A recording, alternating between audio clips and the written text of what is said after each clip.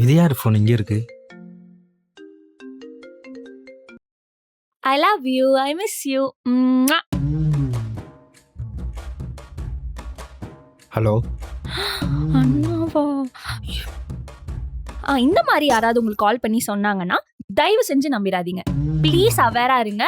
இந்த மாதிரி நிறைய ஸ்கேம் இருக்கு. Okay okay. அபாடா தப்பிச்சோண்டா சாமி. அண்ணா யாருண்ணா ஃபோன்ல? இந்தா லவ் யூ மிஸ் யூன்னு சொல்லி ஸ்கேம் பண்ணுறாங்களாம். உஷாரா இரு. நல்ல வேளை நான் எடுத்தேன் ஃபோனை. நீ எடுத்திருந்தா இருக்கும், ஏமாத்திருப்பாங்க. ஜாக்கிரதானே.